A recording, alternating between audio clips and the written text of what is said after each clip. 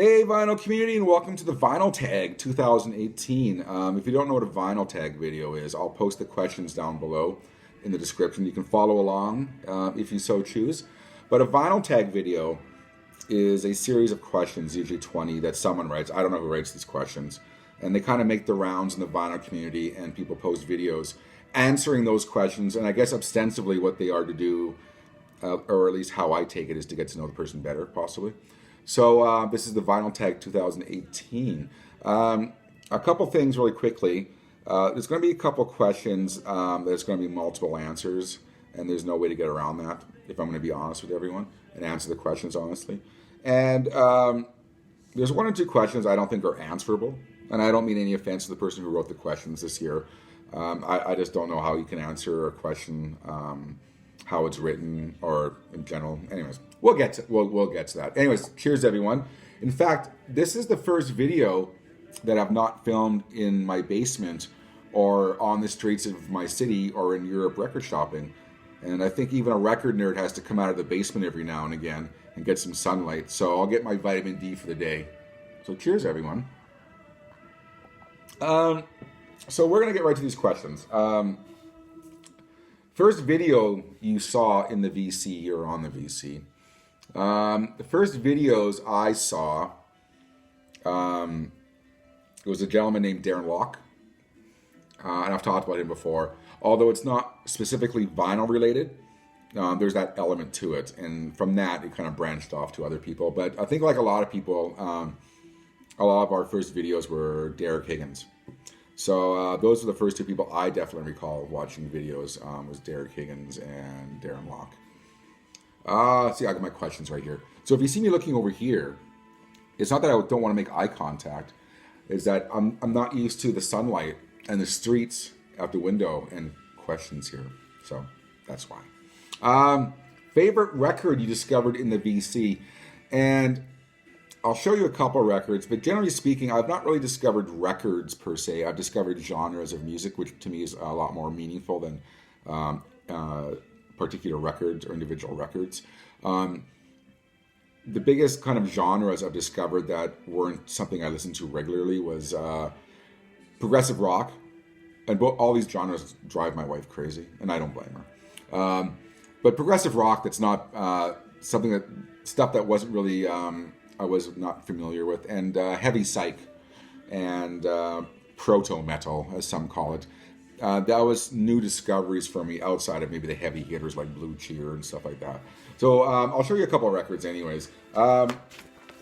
United States of America, really great late 60s psych album. This is the cardboard sleeve or the envelope it comes in, that album there.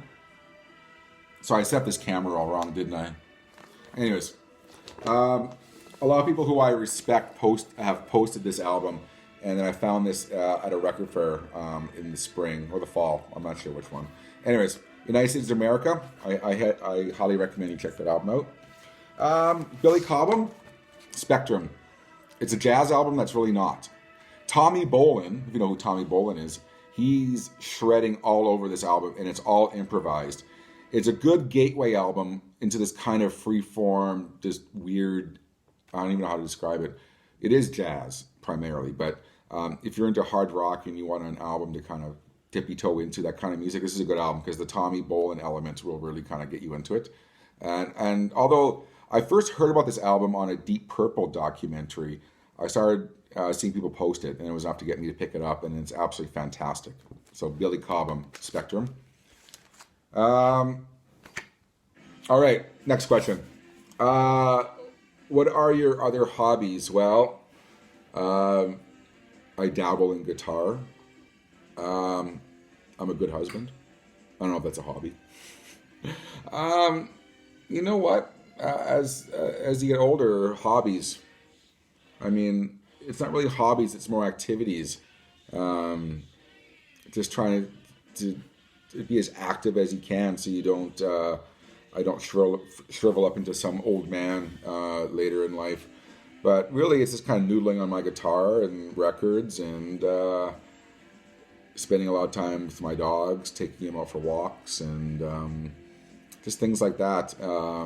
Yeah, so hobbies.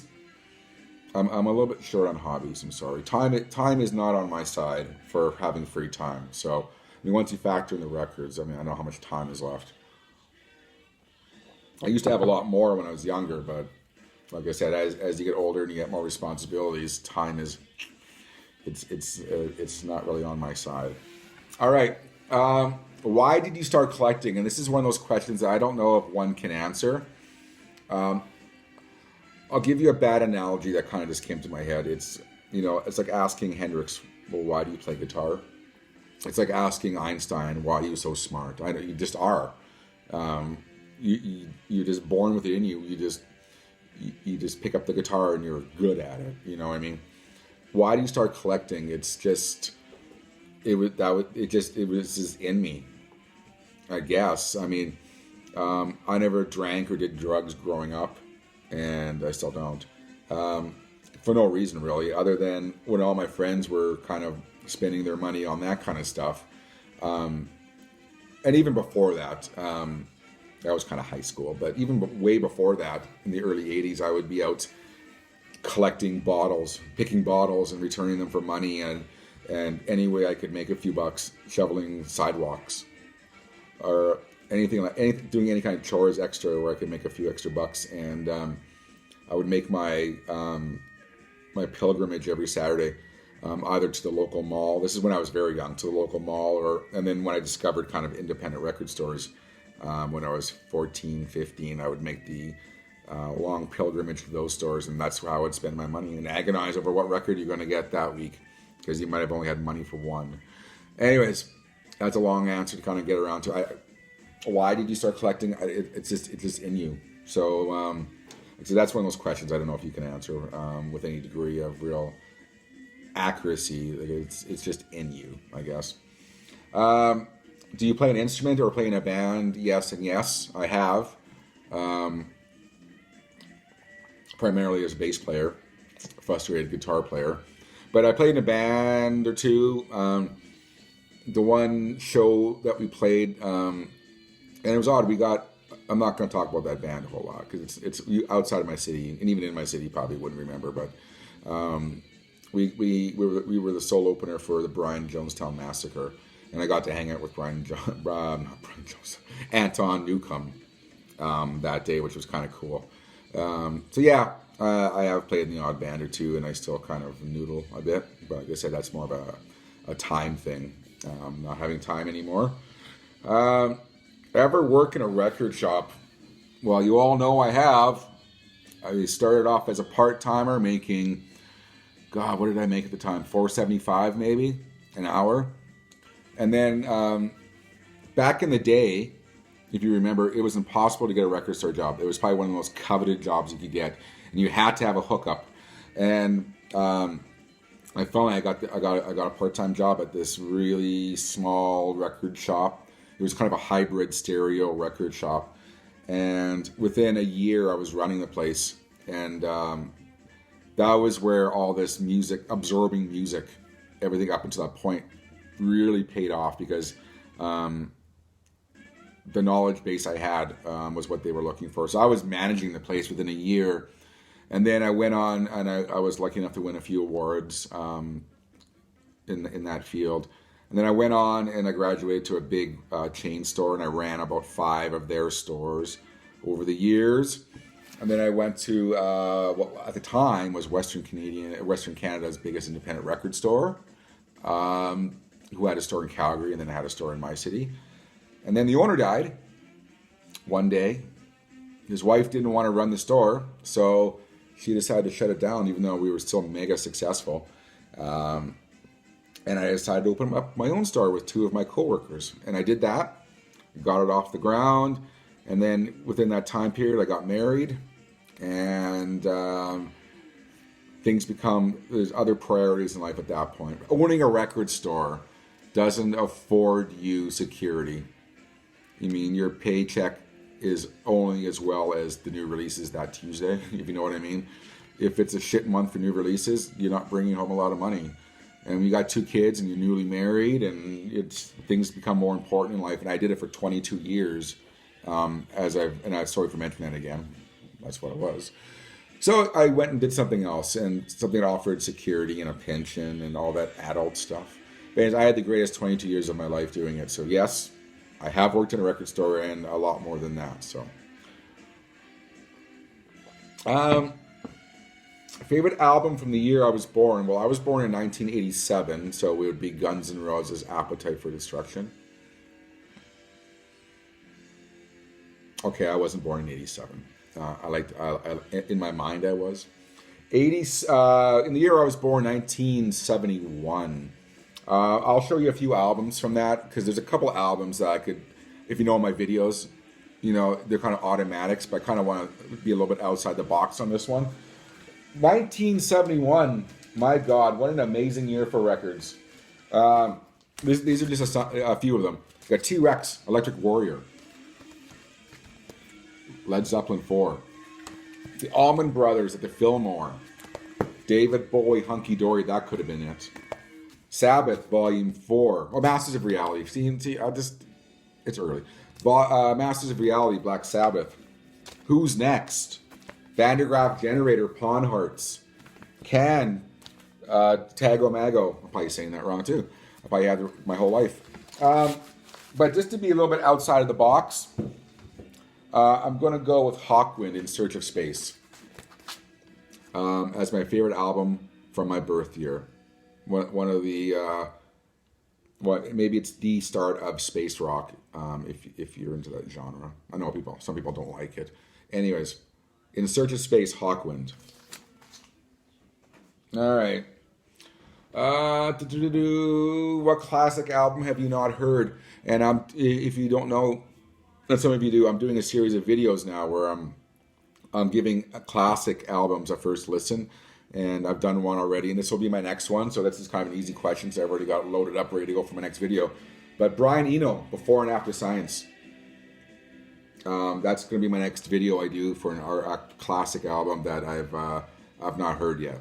So that's that one. Show Guilty Pleasure album. This is one of those questions that I don't know if it's fair or easy enough to answer, because I don't know if there's guilty pleasures. If you own it, be proud of it. If you like it, be proud of it. A good song is a good song is a good song. Doesn't matter if it's country or anything. So I don't believe in guilty pleasures. But what I decided to show you is, by the way, like I said, as you get older, maybe guilty pleasures are more for teenagers, when you're kind of hyper focused on what people think of you. That's more important. But at my age, I really don't give a shit what anyone thinks of me. So to that end, there's no such thing as a guilty pleasure. What I thought I'd show is a couple albums that you might not think that I would like or I would be into.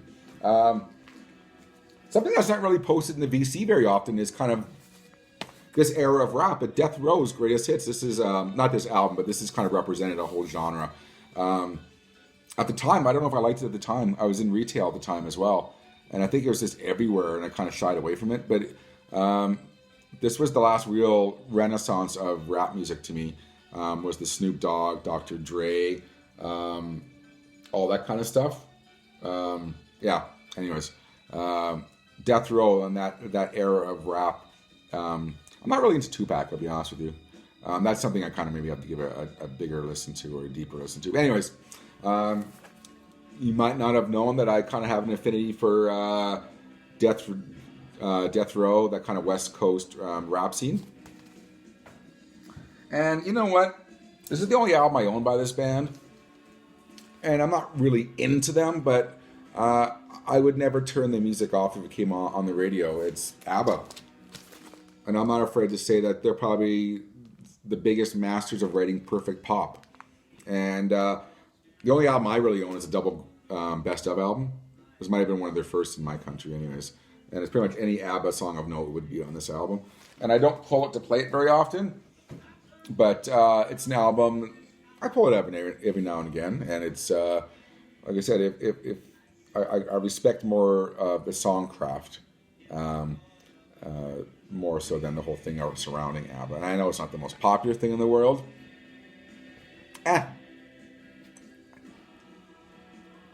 So anyways, I don't mind a good ABBA song and West Coast rap.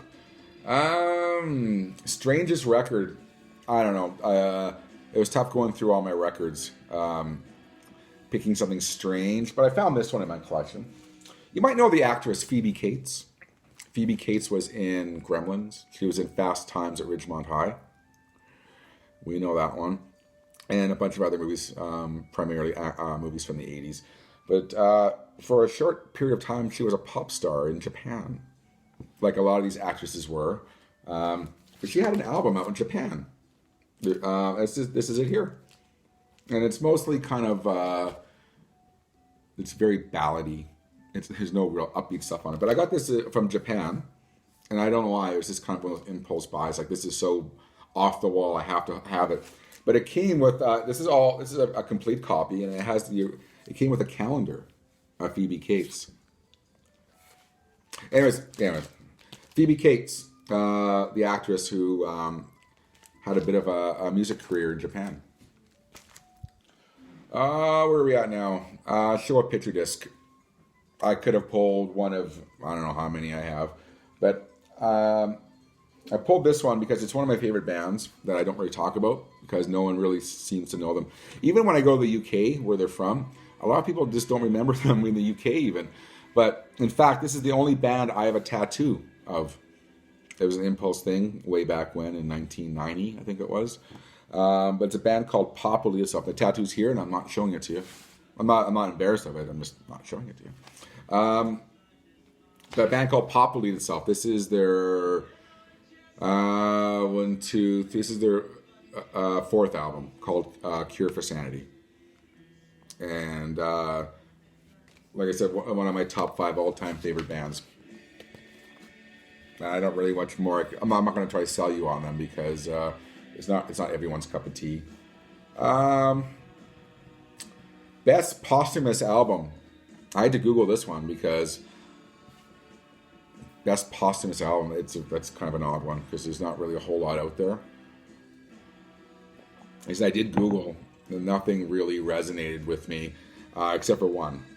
And when I first saw this question, I thought, well, this is an automatic for me. But I think maybe I'll do some Googling and see if there's anything I'm not really aware of. Not really. This is, like I said, one of those questions where I don't know. I don't know. But Joy Division, Closer. The singer Ian Curtis died, or he killed himself a month before this album came out. So, although I think their first record's much better. But Joy Division, Closer. Ugh. What artist? Okay, this is one of those questions. Some people have tried to explain this. The word impulsively and obsessively can be interchangeable to me. What artist? As a question reads, what artist do you collect, or do you impulsively collect? There's reasons why people have explained why it's impulsively and not obsessively, but to me, it's the same thing. I guess an artist that when you see in the store, you pick up and you're buying automatically if you don't have it. You all know a lot of those artists I talk about a lot that have been recent things that in the last 5-10 years that I pick up now. T-Rex and, Bowie's always been around, but Golden Earrings, stuff like that. But there's been one band that I've been impulsively / obsessively collecting since 1984. Is Iron Maiden. And this is my original copy I got. I didn't buy it when it first came out in 1980, but I bought it I think I bought this in 84. And in fact, recently, I picked off the price tag that was on the back, and it was $5 for an original Harvest Canadian copy in 1984. So Iron Maiden. And a really quick story. I think I've talked about this before, maybe not. But I have a lot of new subscribers who might not know my babbling stories. My first concert ever that I laid my own money down for was, I think it was December 6th, 1984. It was Iron Maiden on the Power Slave tour with Twisted Sister opening up, and they were doing their Stay Hungry tour. And your mind is just blown. I mean, after you see that, if that's your first concert, everything else kind of pales, to be honest with you. But to have your first concert and you see the Power Slave tour, which is their best tour, and to see Eddie and and have Twisted Sister come out back when they were still a little bit dangerous, and they gave warnings before they came out about the show containing swears, and there was this kind of an aura of danger. Anyways, that was my first concert I laid my own money out for, and in a certain sense, everything else is it's been kind of a downfall ever since, because that show and that tour was just one of the most amazing tours of all time. So Iron Maiden, something that's been on my radar. I could have picked Kiss, I guess, but if I were to talk about Kiss, I'd be going on for hours. Best blind buy. Like I said, you really got to rack your mind for these things. I remember in grade 10, a million years ago,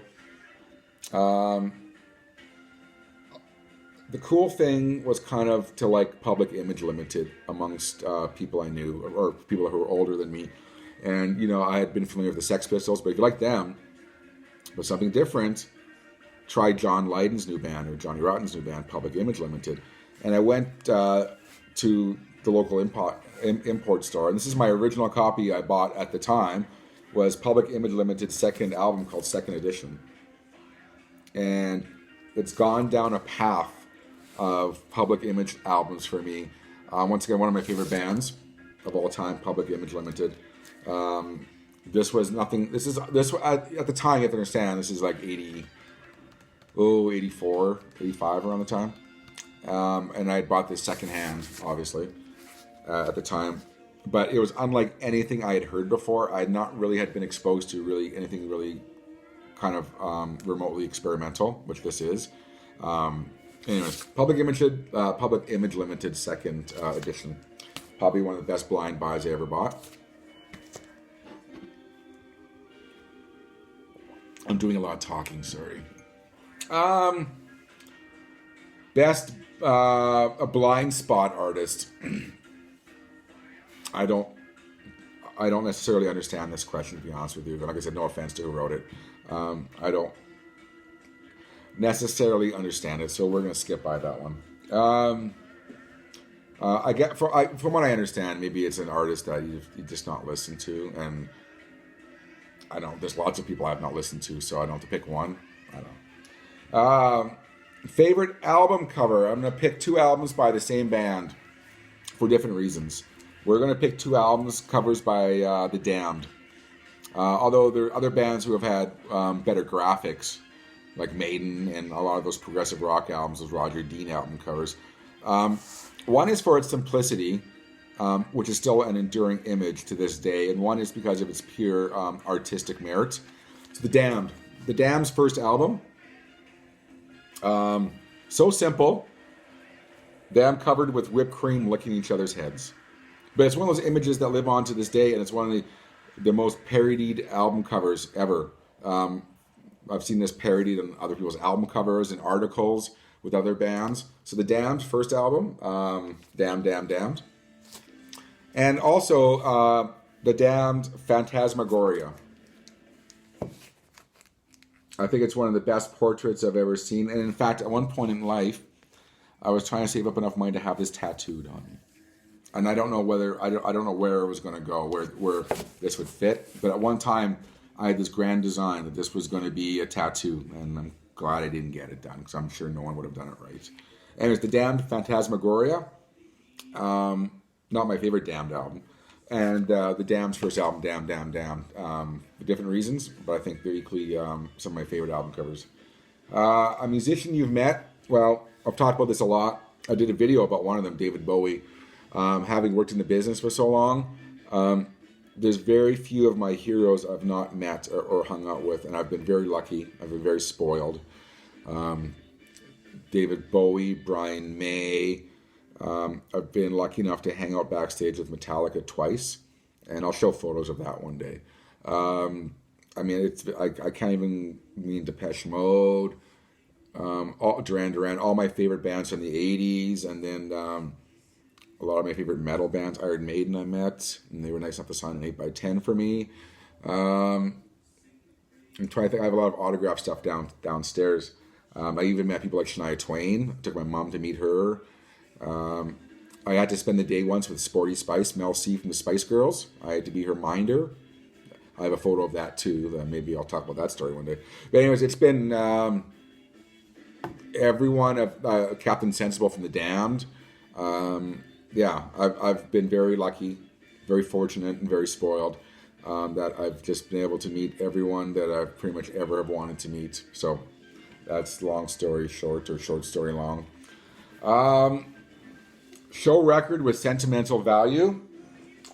I've talked about this album before, and I might have told this story, but like I said, but since I've told the story, I might have 400 new subscribers. I don't know.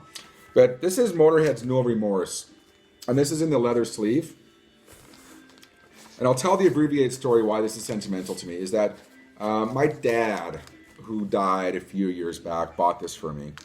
My dad died quite suddenly and unexpectedly. But my dad was one of my biggest influences for getting into music. My dad liked things from Motorhead to old country to everything. He's the one that got me into Talking Heads.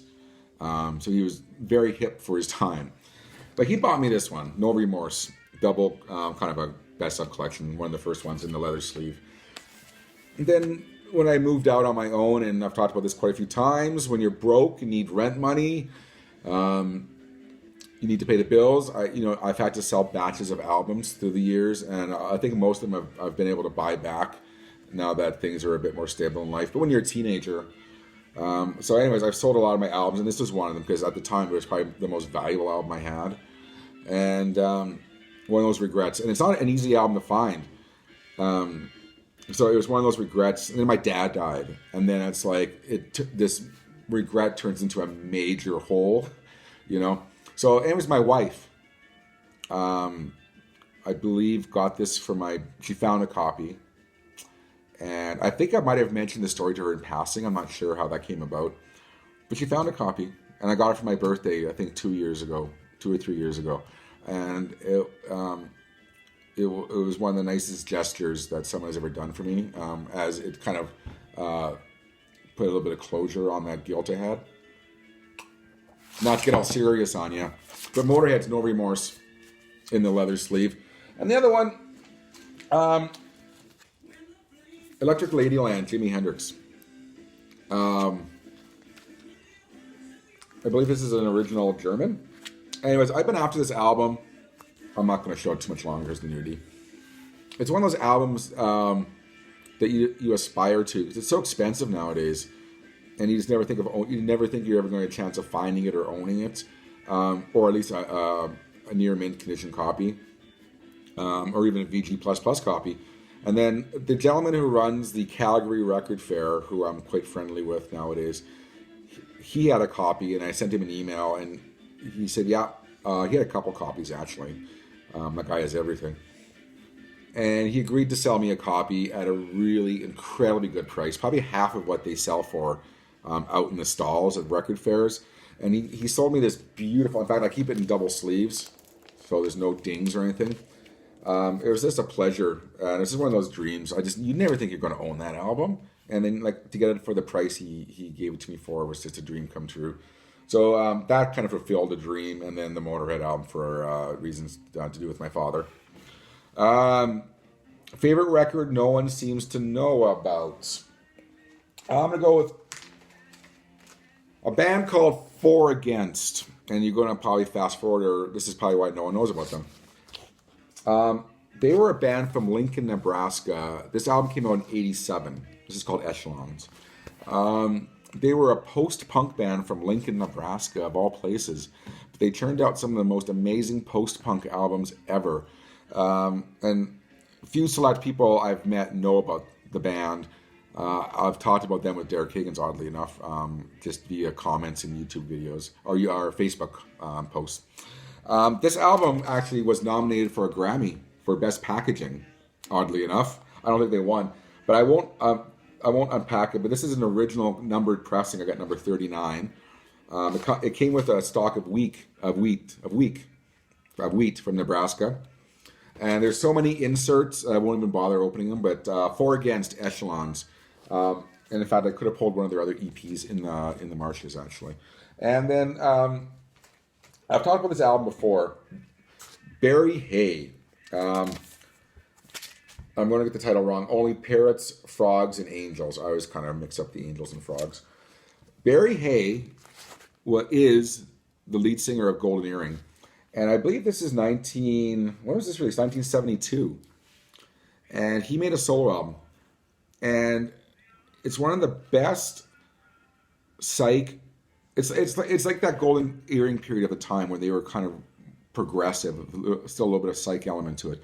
But he made this solo album, and it's one of the best psych progressive albums that I've heard, that I just never expected anything out of. Anyways, Barry Hay, I highly recommend this album. In fact, whenever this goes on clearance on Amazon, which it does, I always buy an extra copy and I gift it to someone.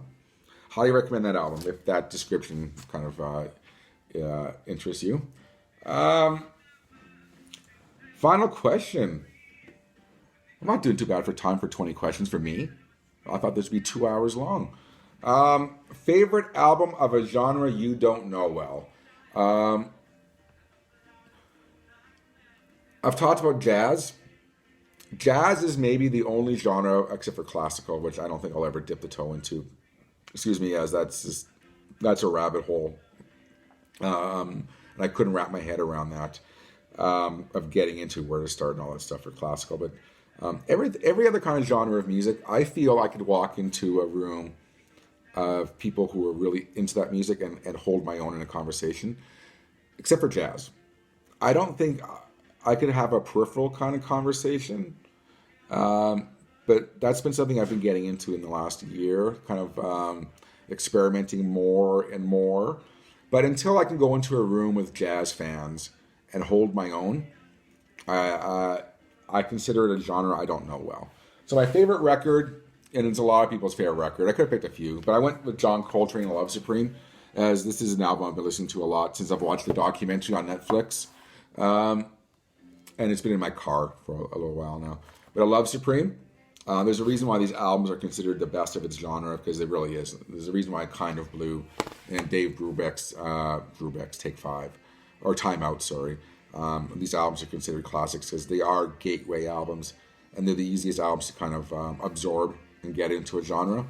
But anyways, John Coltrane, A Love Supreme. We are done, I think.